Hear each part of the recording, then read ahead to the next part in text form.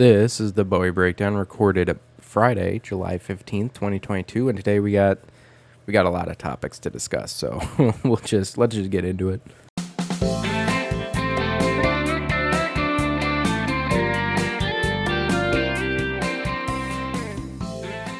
Okay, hello everybody. Hope you had a wonderful week. This week. Okay. That's what we're doing today. I don't want to get too much into introductions and housekeeping because first of all, I don't have too much, and second of all, we've had a lot of topics because I didn't do an episode yesterday, but there was quite a few. There were quite a few news stories that came out the other day. So let's just jump right into it. Before we get into it, though, I do want to do what I've been playing because I did have a very big accomplishment yesterday, last night. I streamed this as well. I platinumed Horizon Zero Dawn, and I deleted it immediately after because I'm gonna be honest, I genuinely think that game is mid. I think it's okay. I didn't love it, didn't hate it, but certainly felt that it was not great. I don't know. I went into a bit of the Frozen Wilds because I had to get all the skills.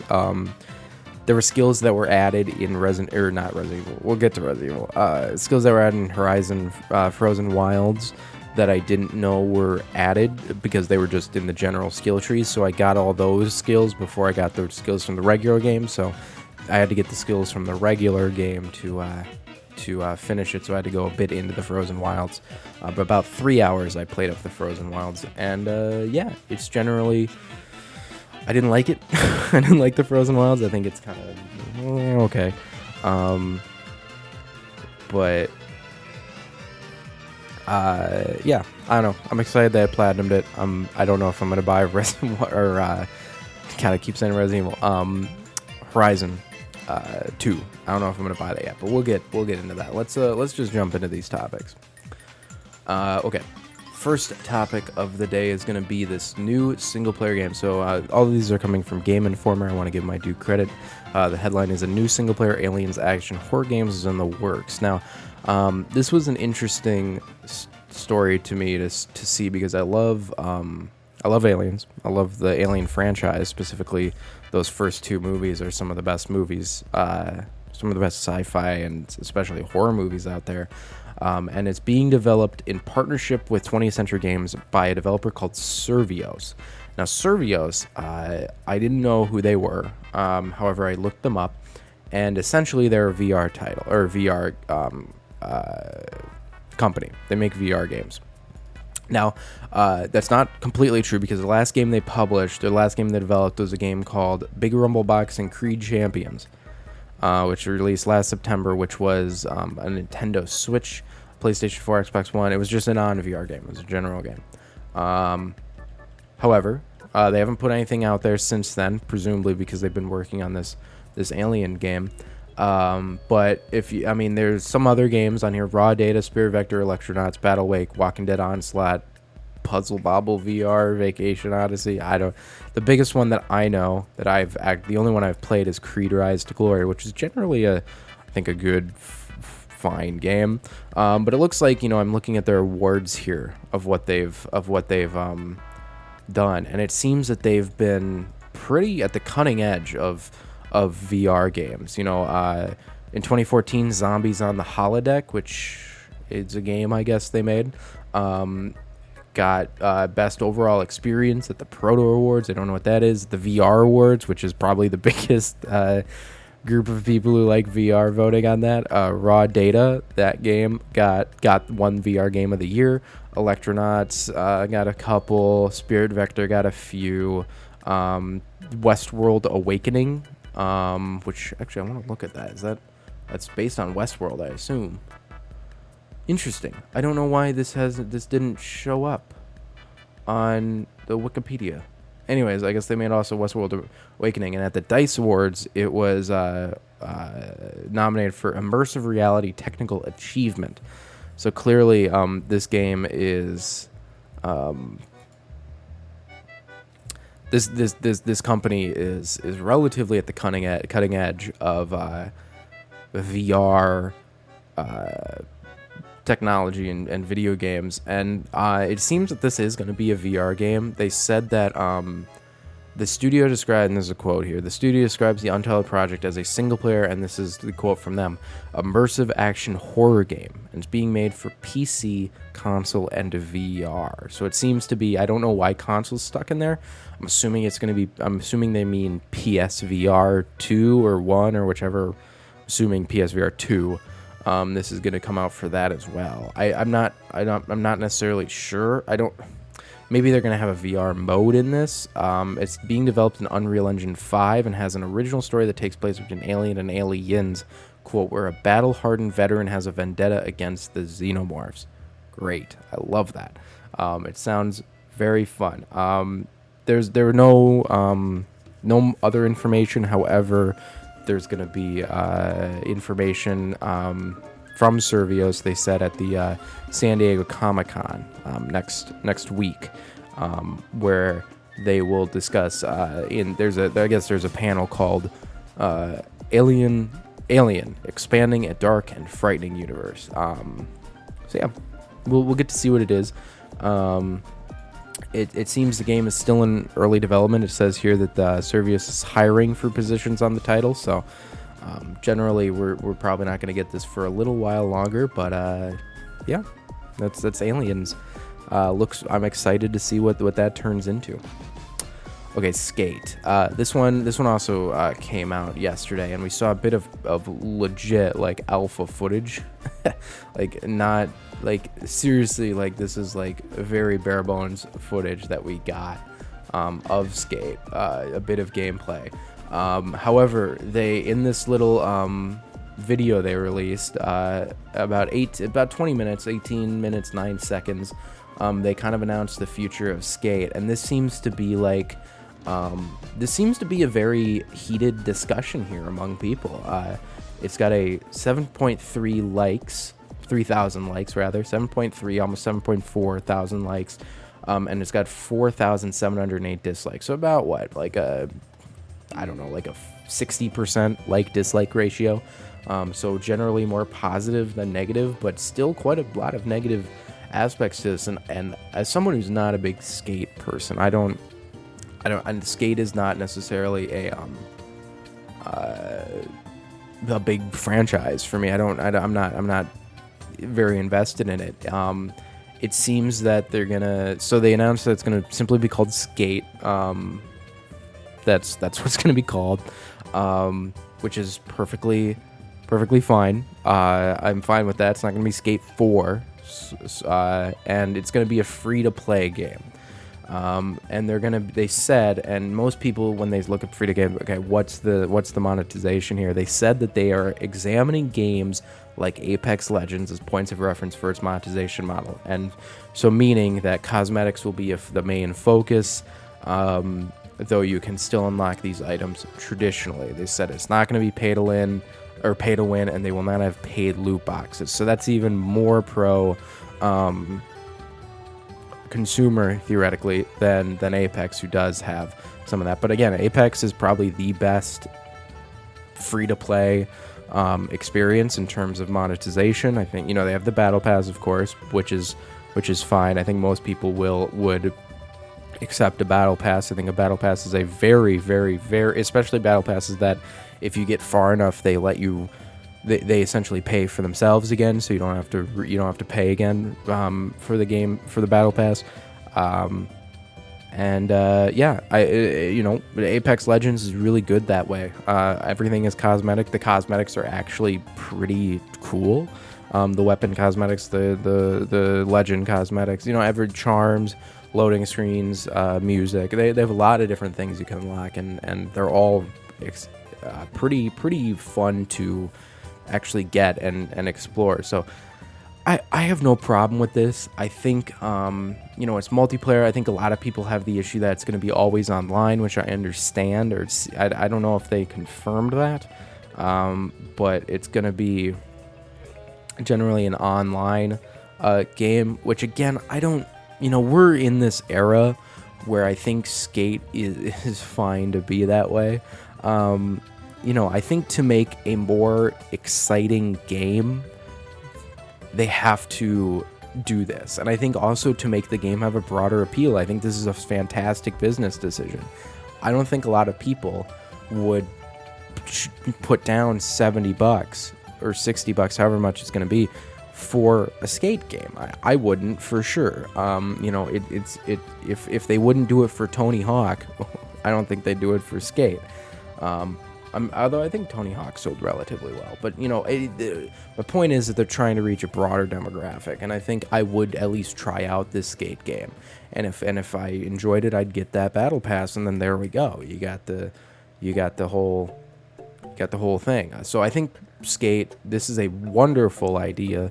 I think if they support it for a long time, they have various multiplayer modes. I'd love to see that. That's a must. They have to have more than one mode. They have to have a ton of different modes for skate. It's got to look nice. It's just got to be I'm perfectly fine with this, and it will make the game last longer, genuinely. So I think this is pretty much a good thing.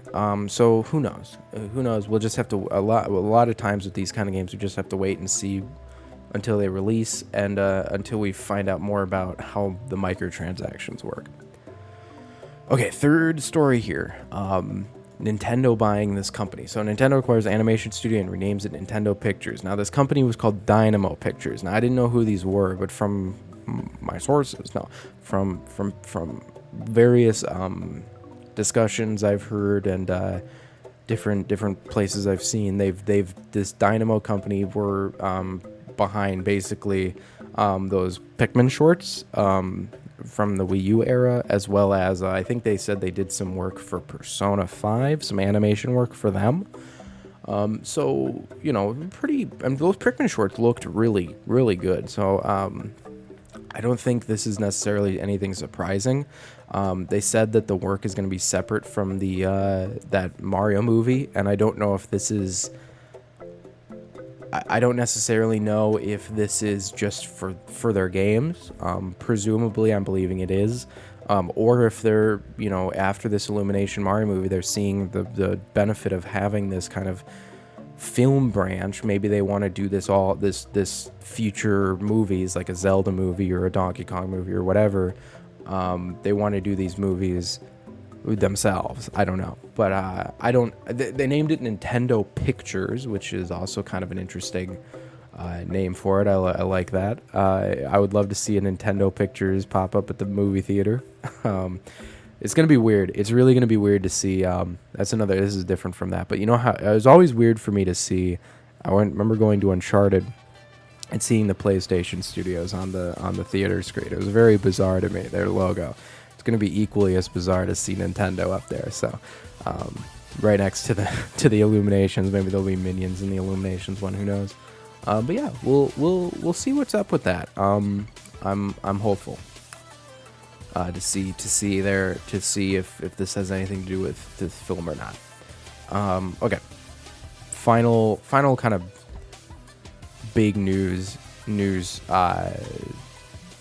story for this last 2 days is this PlayStation Stars. Now it says here's the headline: Sony unveils PlayStation Stars, a new loyalty program aimed at players. Now this is genuinely interesting to me for various reasons. Let's just talk about it. So they announced in a blog post that they're starting this new program, this new loyalty program, and you earn points by doing various things. First of all, they said there's going to be a monthly check-in where players can, if they just play a game, and they'll get points that month. They also have, if you're PS Plus, I believe you get more points for just everything, I believe, or maybe just buying games. I think you just get more points for various things if you're a PS Plus subscriber. And then she also said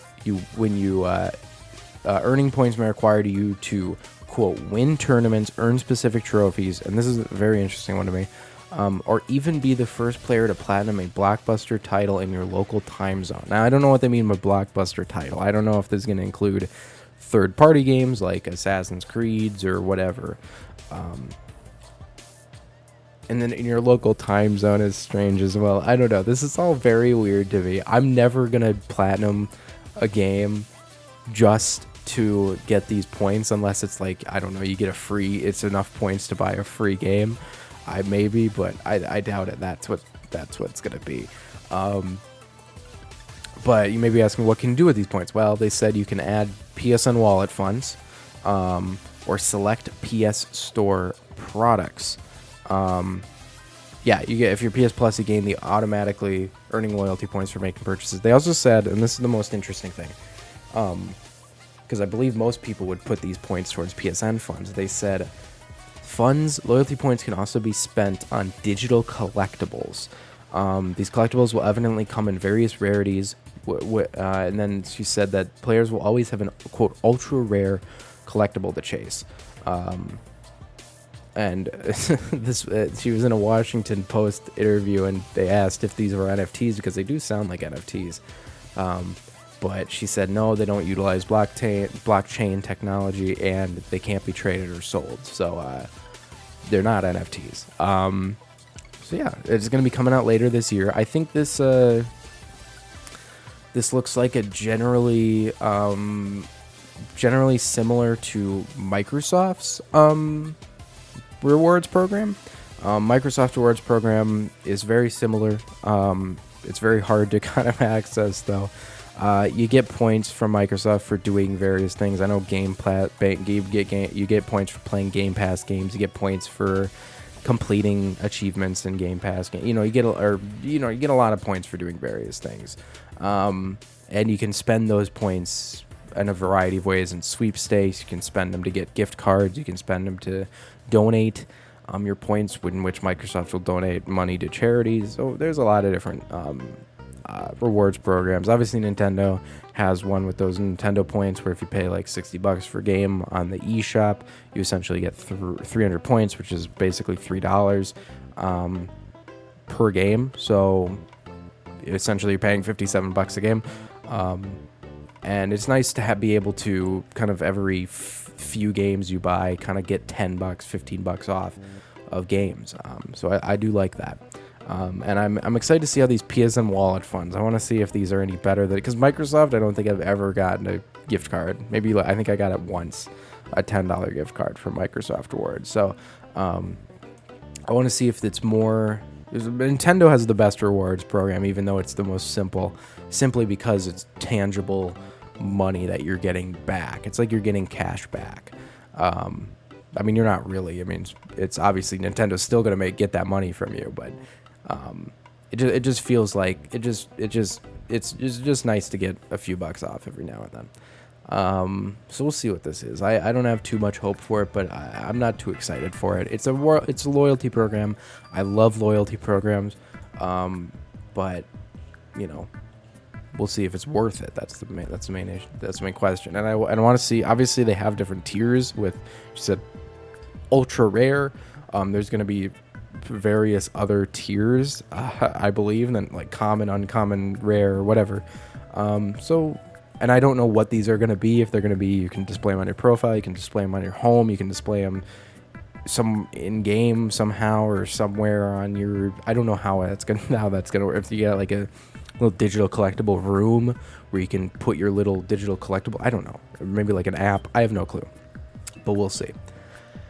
Anyways, let's get into the main topic today. Not the main topic, but I just want to talk about it because it's very interesting to me, and it's very rare we get these types of video game adaptations. Resident Evil. And you all know that I'm a big Resident Evil fan ever since I started playing those for those videos. Resident Evil is one of those games one of those series that is very interesting to me, and I think Resident Evil has genuinely the most storied history in adaptations. I think it's probably the series that's been the most adapted. now that we're just starting to get to the point where we're seeing a lot of these different movies. Obviously, there was a Mario Bros. Movie in the 80s, but we're getting the Mario animation movie, which is a little more serious in adaptation. We're getting, serious, Chris Pratt, Seth Rogen, whatever. The Mario movie, we're getting, God of War, I believe we're getting a God of War or something. We're getting, even if we're not, we're getting, we got Uncharted, we're getting Last of Us, we're getting a Ghost of Tsushima project of some sort. I believe we're getting a Jack and Daxter something. There's a lot, Halo for Paramount, so we're getting a lot more things, but it all originated with Resident Evil getting all these movies, and I feel like there's a lot, but anyways, let's just get into this. So I've only watched about an episode and a quarter of this new show, and it's 8 episodes, and I think I will finish it, maybe. Resident Evil, this show is absolutely weird to me. I will talk about it. I'll finish this over the weekend, and I'll talk about it, I think, in a full context. Maybe I'll give it its own episode. I think I will give it its own episode if there's no news.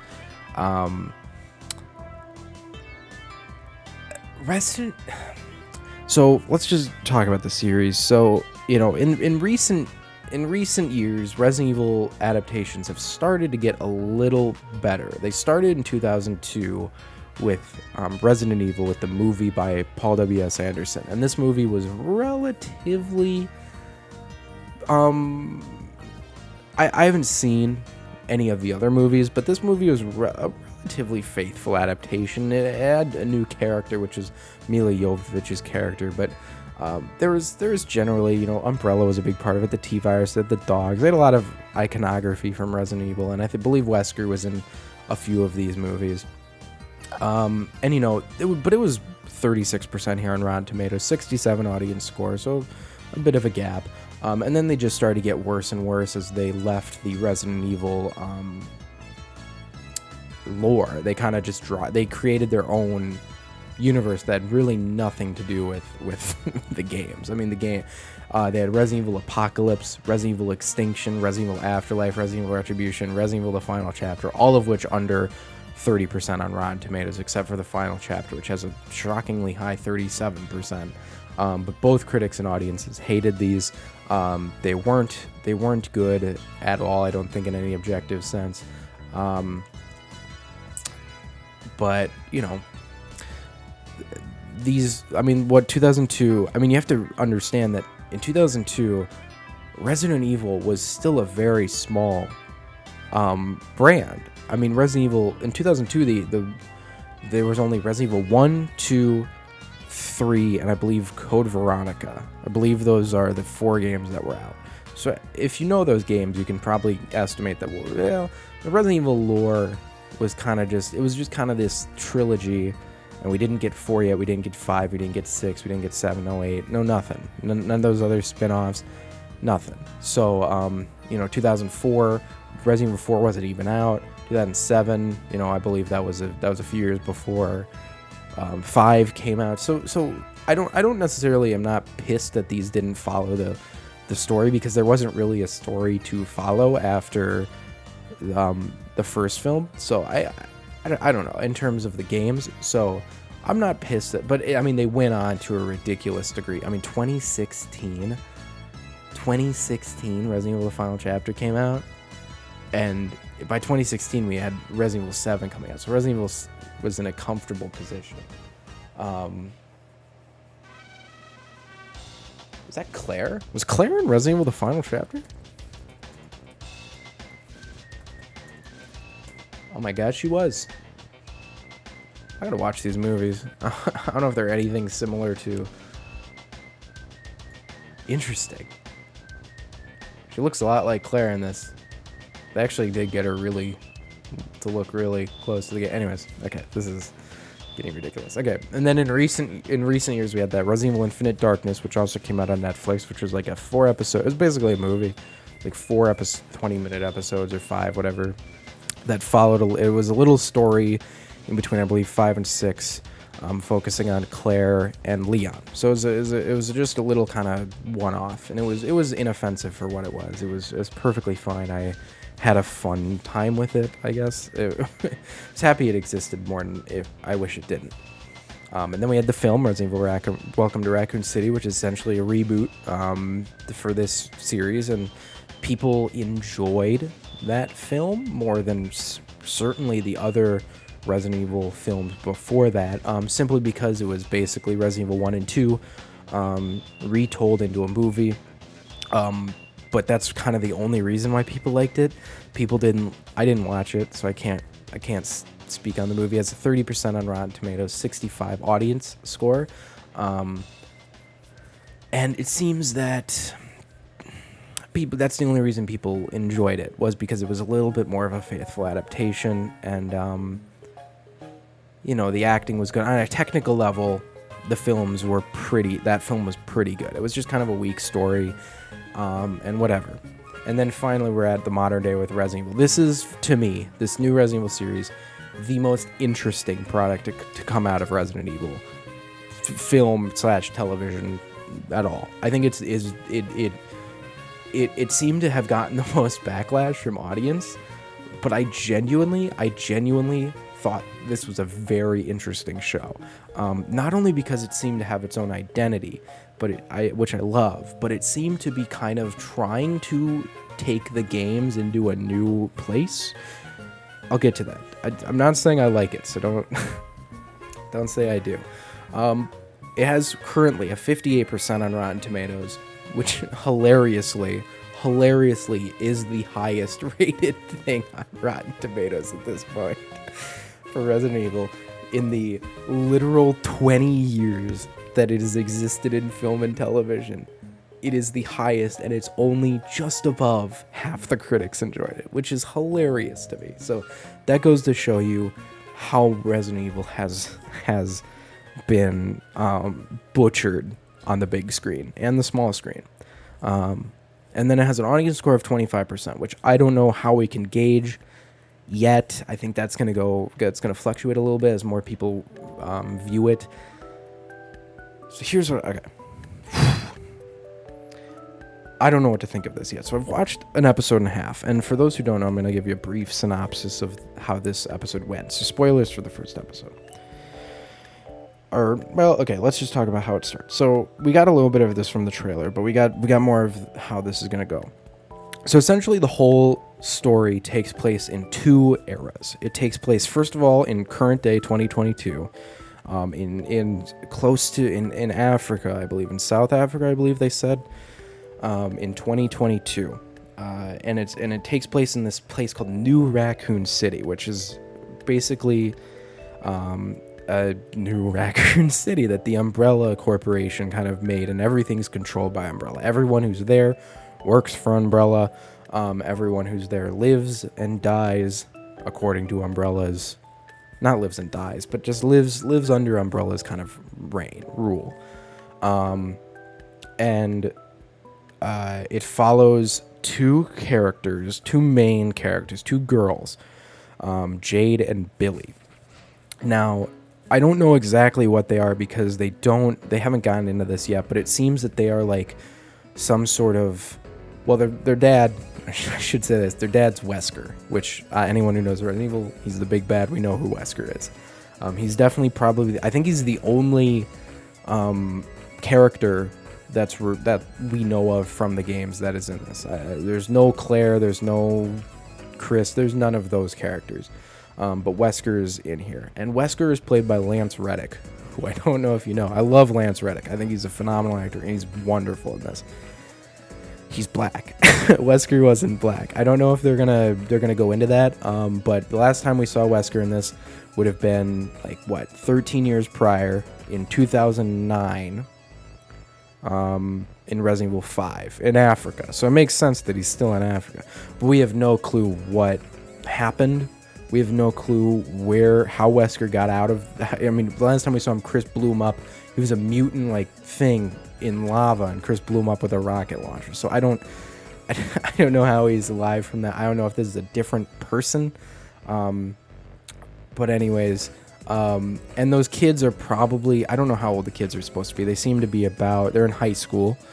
So they're probably about 15. So theoretically they were born/created before the events of Resident Evil 5. So I don't, maybe they'll address that. I think they will, because in interviews, Andrew Dabb, who I believe is the writer of this, or at least the highest kind of creative, I believe, other than director. I don't think he directed them. He said that the games are very much a backbone to this show, and I trust that. I think they're going to address what Wesker is here. But that's and then there's another subplot that they intercut to, which is about 14 years later, is basically the end of the world. We're gonna figure out what happened, but there was some outbreak at this umbrella. Jade is alive. At this point, we've only followed her so far. I don't know where Billy is or what Billy's deal is. But essentially she's kind of on the run. She's doing her own research. I don't know. She has a family back home. There's a lot of different stuff that I don't necessarily want to make this episode too long. But there's just generally a lot of stuff that there's a lot of different plot elements that haven't necessarily coalesced, and those don't matter as much. So, yeah, essentially at the end of the first episode, they're on the run from Umbrella. Umbrella is looking for her. They put a high bounty on her, and she's like a survivor. She has this thing on her wrist, like this tattoo, that essentially says that she's one of the first survivors from that first outbreak and the thing. Anyways, I do want to talk about the good of this show, because there is good in this show. There's a lot of good. First of all, the acting is phenomenal. I think adult Jade is probably the worst actor in this. She's not terrible, but she's not necessarily that strong.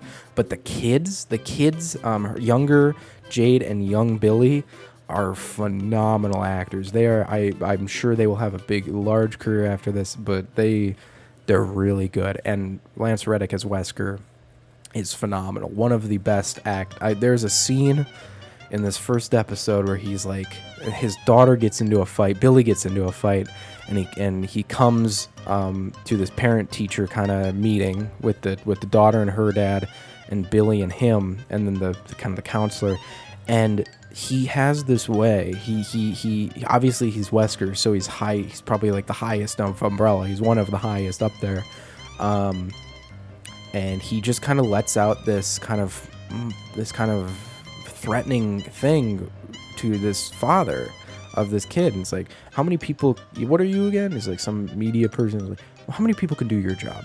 He's like, well, 1,000, 2,000, and the dad's like, sure, okay, what does this have to do with?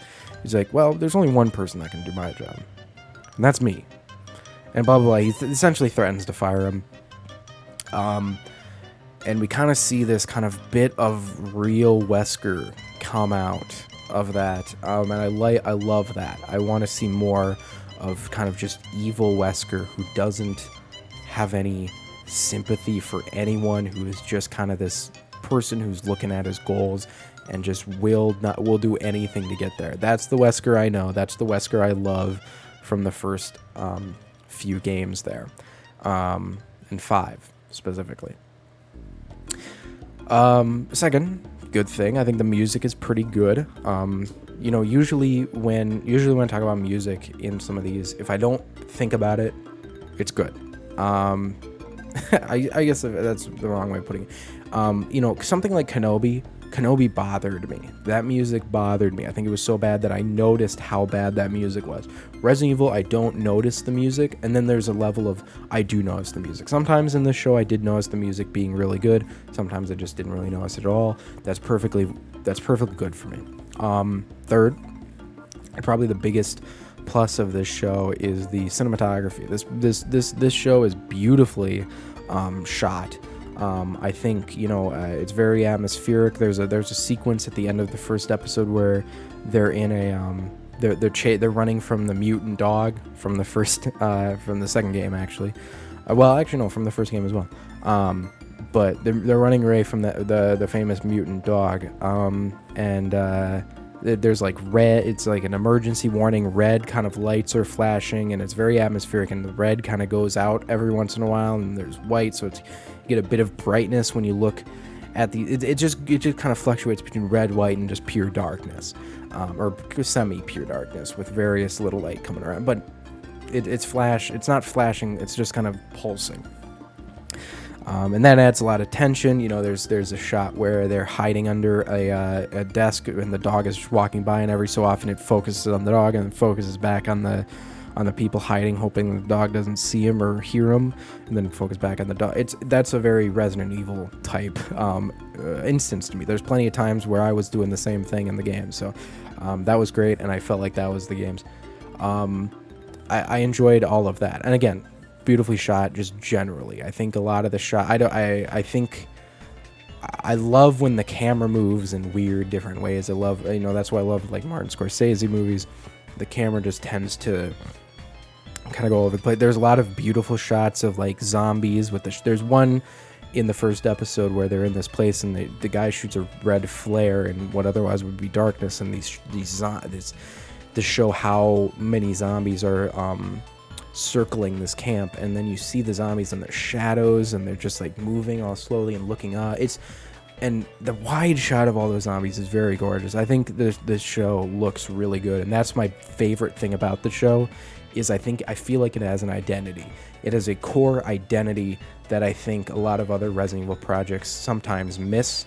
But this show has a very, very much artistic flair at its core, and I like that. Okay, negatives. Well, I don't know if I can talk too much about the negatives at this moment in time, because there's not too many. I'm only an episode and a quarter in, so there's not necessarily anything I can say that I don't know will be solved in the future, is going to be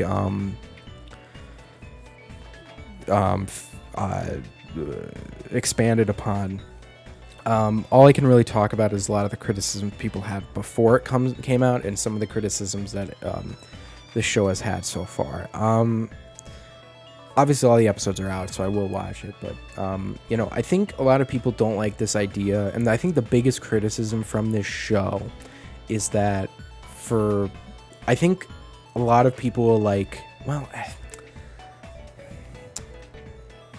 I mentioned how there's two plots, and I think a lot of people will like, or more people will like the New Raccoon City part of the show, which is a majority of the show thus far, than they would like the post-apocalyptic plot line. Which, yeah, I found the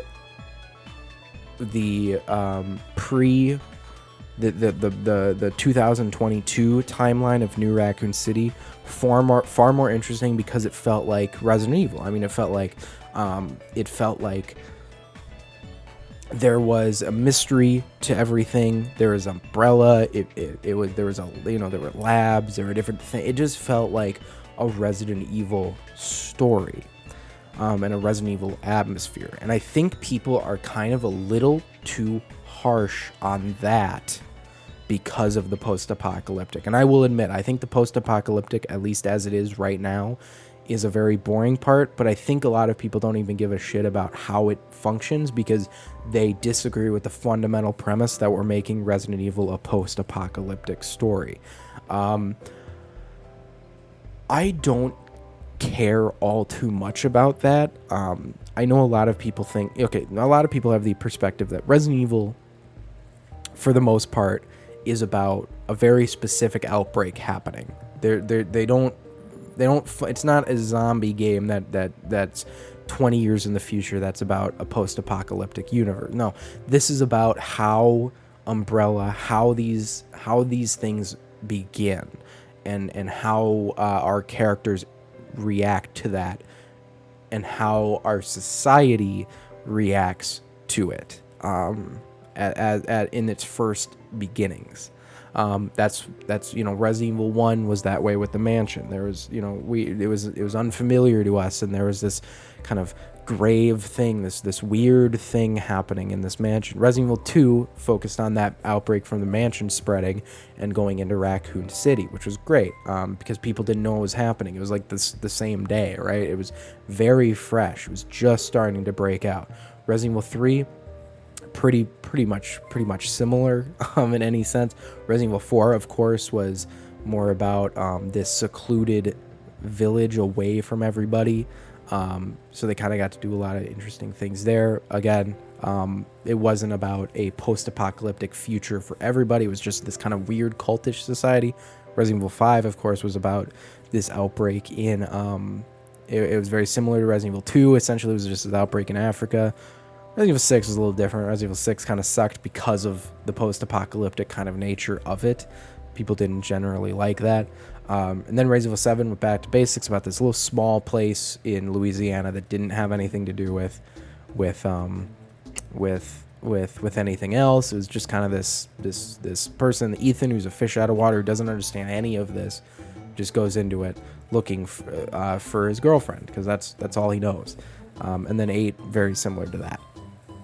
With the village. Sorry I went through the entirety of Resident Evil, but there's a reason to that. I think that's a lot of people believe that is the core of Resident Evil, and I agree with that. I think Resident Evil is not about a post-apocalypse. Resident Evil is about these different, because a post-apocalypse is very boring. A post-apocalyptic as a narrative kind of core is extremely boring, because not only has it been done a lot of times, but there's only so much you can do with that. It always ends up being the same kind of thing. Whereas you look at Village, and that is a completely original, completely unique, completely interesting tale that is somewhat apocalyptic, that is somewhat based in an outbreak, but is generally more contained, and is generally can allow from these weird things like Lady Dimitrescu and the vampire girls and Hennigan, or whatever his name was, the factory dude, or the puppet. I mean, you can get a lot of them. The mold from Resident Evil 7. You can get a lot of these different interesting things. This cult from Resident Evil 4. You get a lot of these different interesting tales, which you don't get from a general post-apocalypse. However, I think a lot of people should go into this really focusing on that 2022 storyline, because again, that's where I think the core of this show is. Obviously, again, I haven't finished it. If the core of the show becomes the post-apocalyptic part, I will have much different criticisms about the show. But I do love what they've done so far with New Raccoon City, and I'm hopeful that Wesker is going to get a very interesting character that relates to the games. I want to see if the games at all function into this, if we get mentions of the original Raccoon City, if we get mentions of Leon in Resident Evil 4, or the Africa. I'm assuming we're going to get a lot of references to Africa in Resident Evil 5 because of the nature of Wesker in this story. And the fact that it takes place after that. Anyways, generally, if I were to give a rating so far, I generally like Resident Evil on Netflix. I genuinely think it's a good show.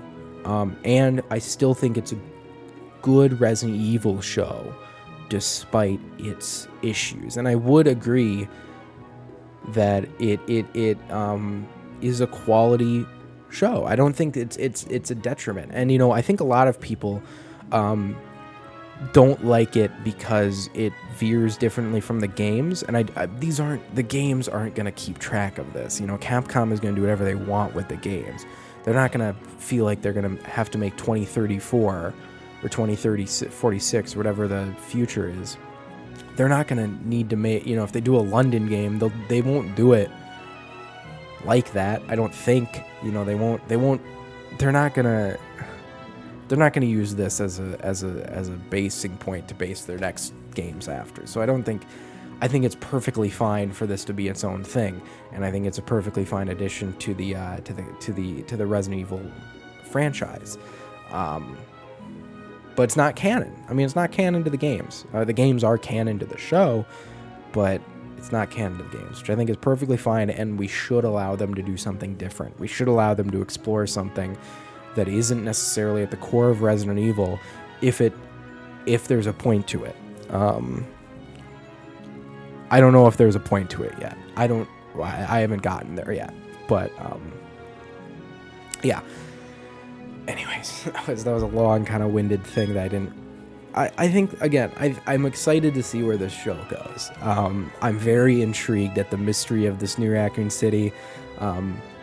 One thing I do want to mention as a big negative, and probably the biggest negative in the show, is the writing. Not necessarily the writing of how these characters interact, because the acting is pretty good, and the characters, Wesker with the two daughters have a pretty interesting relationship.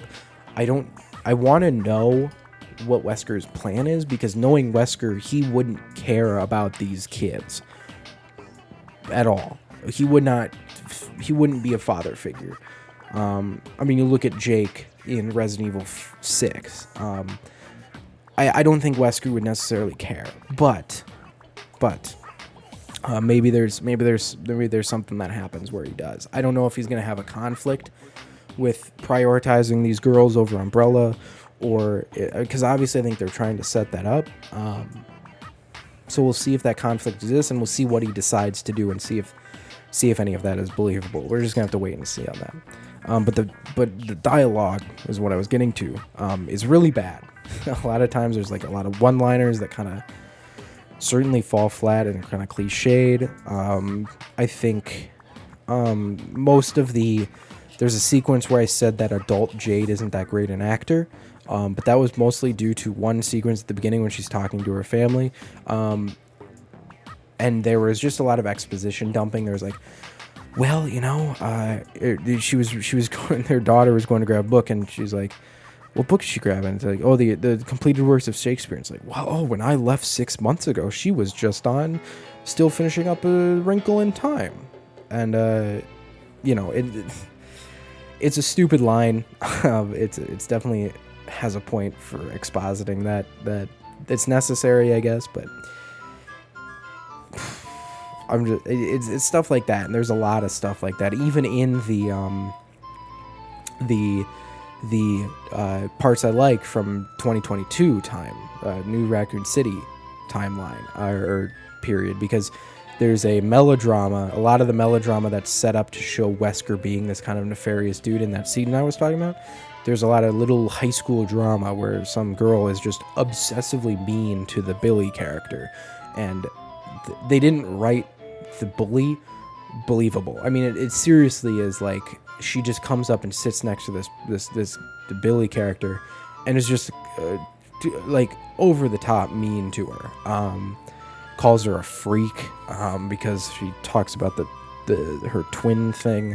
At one point, the girl Billy, at the second incident, Billy goes to apologize, and the bully like literally just puts her like burrito into her face. I mean, it or whatever, sandwich or whatever it was. I mean, it was really unbelievable, and I thought it was really stupid.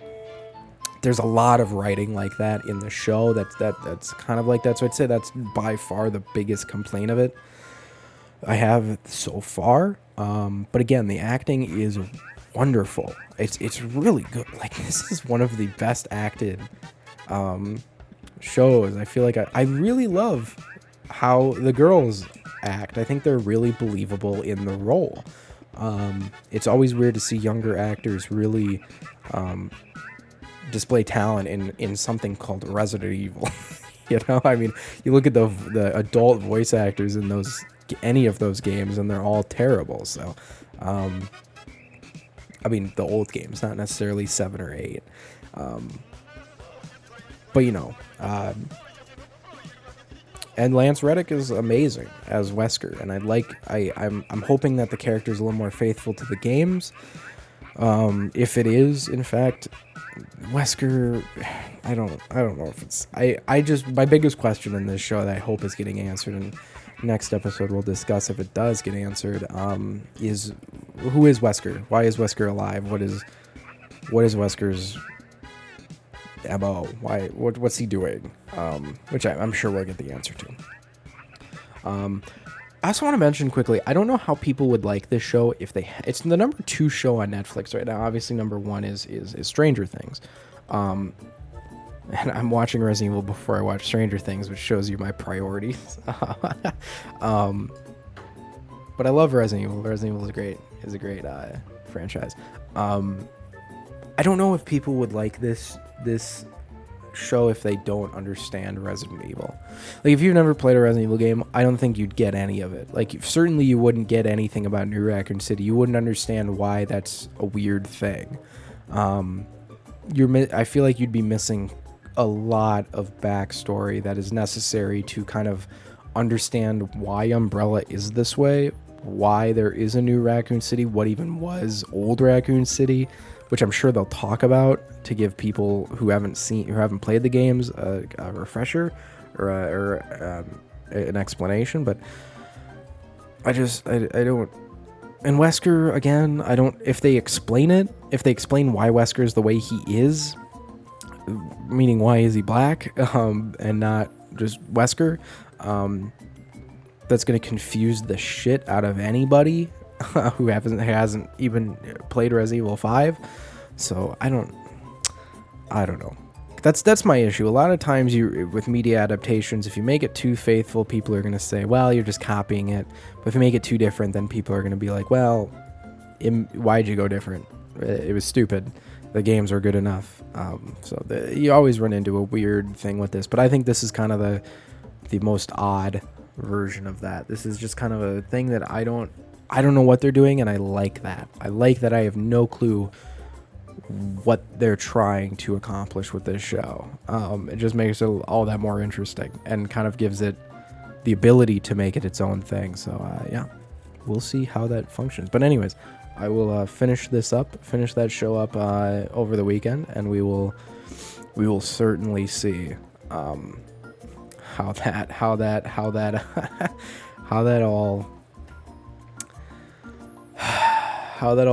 all works out. I'm hoping.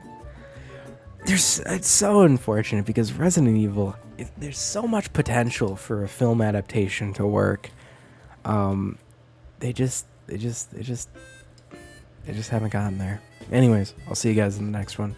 Have a fantastic day.